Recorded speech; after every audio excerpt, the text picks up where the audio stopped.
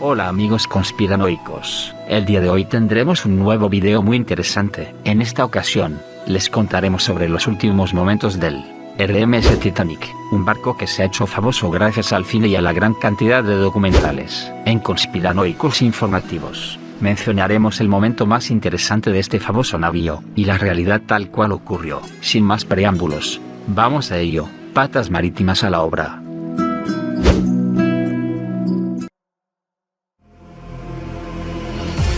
...15 de abril de 1912... el transatlántico británico RMS Titanic se hunde en el Atlántico Norte a las 2:20 de la mañana, 2 horas y 40 minutos después de chocar contra un iceberg. Solo 710 de los 2.224 pasajeros y la tripulación a bordo sobreviven.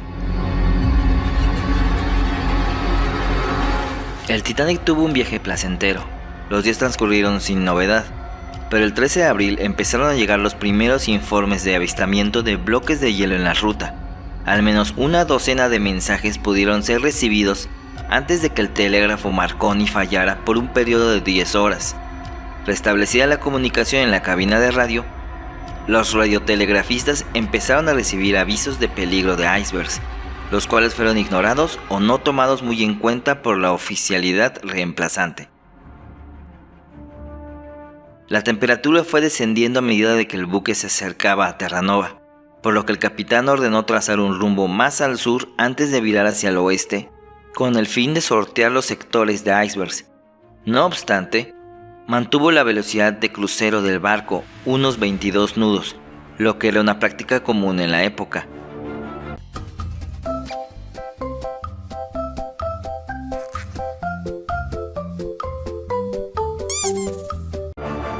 Aunque el Titanic no estaba tratando de batir ningún récord de velocidad, los horarios eran una prioridad para la compañía, y según las normas imperantes de entonces, los barcos navegaban cerca de su velocidad máxima en tales condiciones. Los avisos por hielo a icebergs eran contemplados con meros avisos, confiándose en los vigías y en la guardia mantenida en el puente. Se creía generalmente que el hielo no era un peligro muy preocupante para grandes barcos.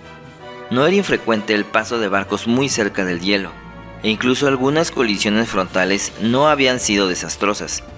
En 1907, por ejemplo, el navío alemán Kronprinz Wilhelm había chocado con un iceberg, pero aún así había logrado mantenerse a flote y completar su viaje.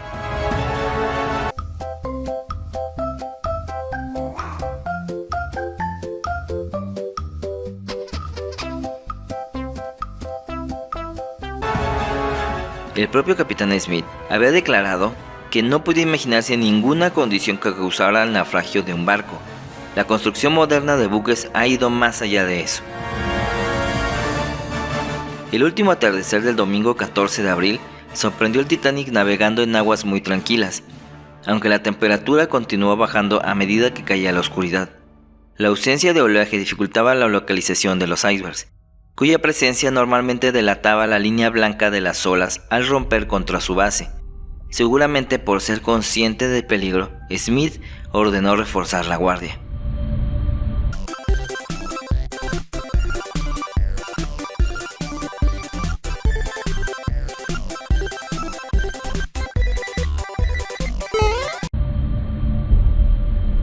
Sobre las 22:30 horas del 14 de abril de 1912, con una noche estrellada y un mar excepcionalmente tranquilo, al no haber novedad, el capitán Smith se retiró a su camarote, siendo relevado por el primer oficial William Murdoch.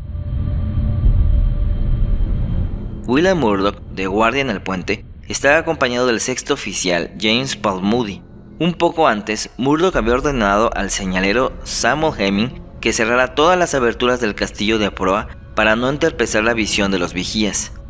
A las 23:40 horas de la medianoche, mientras el Titanic navegaba a 22,5 nudos, es decir, 41.7 km por hora, el vigía Frederick Fleet avistó justo por la proa una zona de sombra contra el cielo estrellado que no podía corresponder más que a un iceberg.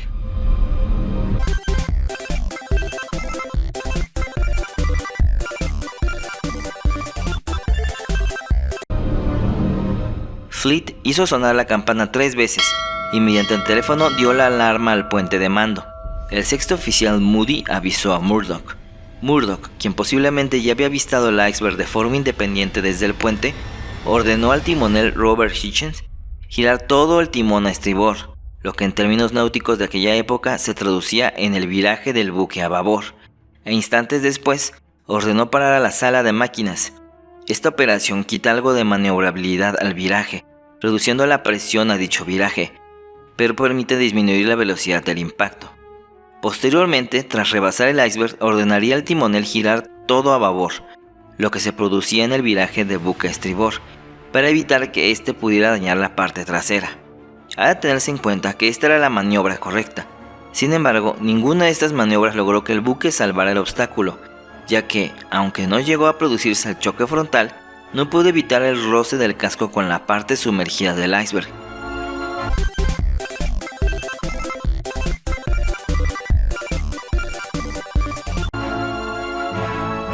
La fricción del hielo con aquella masa de más de 46.000 toneladas, lanzada a gran velocidad, generó la energía suficiente como para desgarrar las planchas de acero del costado de estribor del buque, a unos 5 metros por debajo de la línea de flotación. Aunque la anchura de las roturas no superaba los 5 centímetros, al afectar a 5 compartimientos de la cubierta inferior, produjo al barco un daño mortal.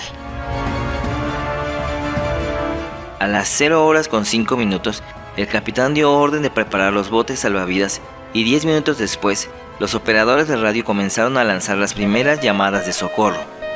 La primera será CQD, CQD, CQD.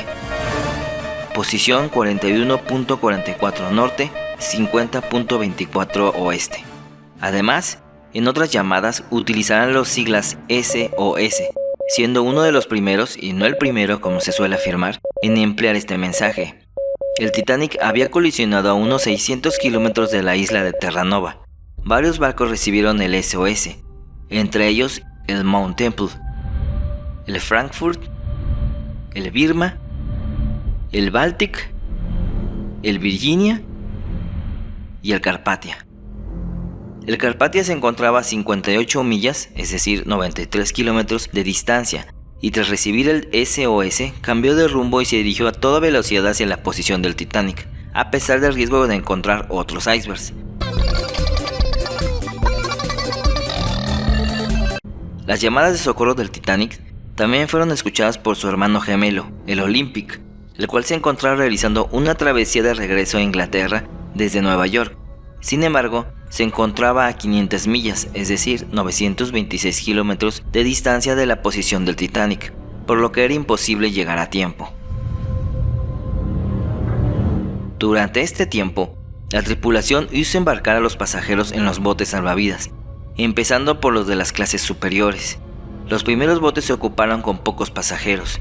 Será luego cuando los sucesivos botes se llenen por completo al apreciarse la gravedad de la situación. En la banda de estribor, Murdoch organizó los turnos de embarque dando preferencia a las mujeres y niños. Solo cuando no quedaba ninguno de ellos, dejó embarcar a los hombres. En la banda de babor, Lightoller interpretó restrictivamente las órdenes y no dejó embarcar a ningún hombre. A la 1:30 de la mañana, la proa estaba casi sumergida, y a las 2:05 de la mañana el agua alcanzaba la cubierta A. Se desató el pánico entre los que quedaban y hubo disparos y confusión.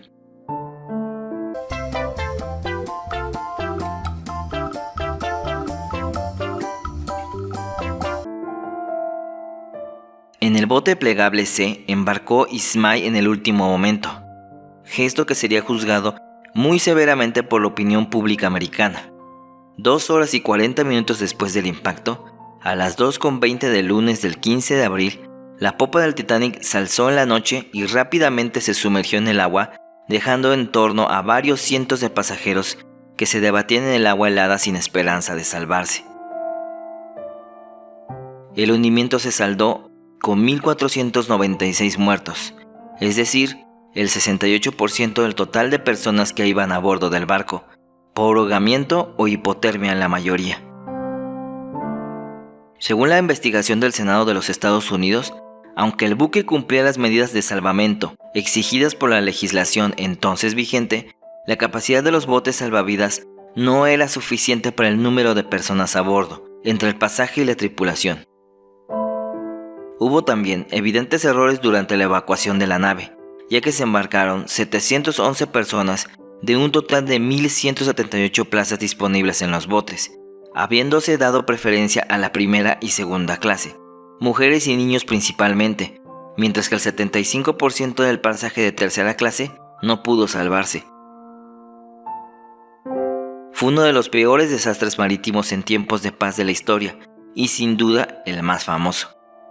La White Star alquiló 4 barcos para recuperar los cuerpos del desastre: el Mackay Bennett, el Minya, el McMahon y el Gerin.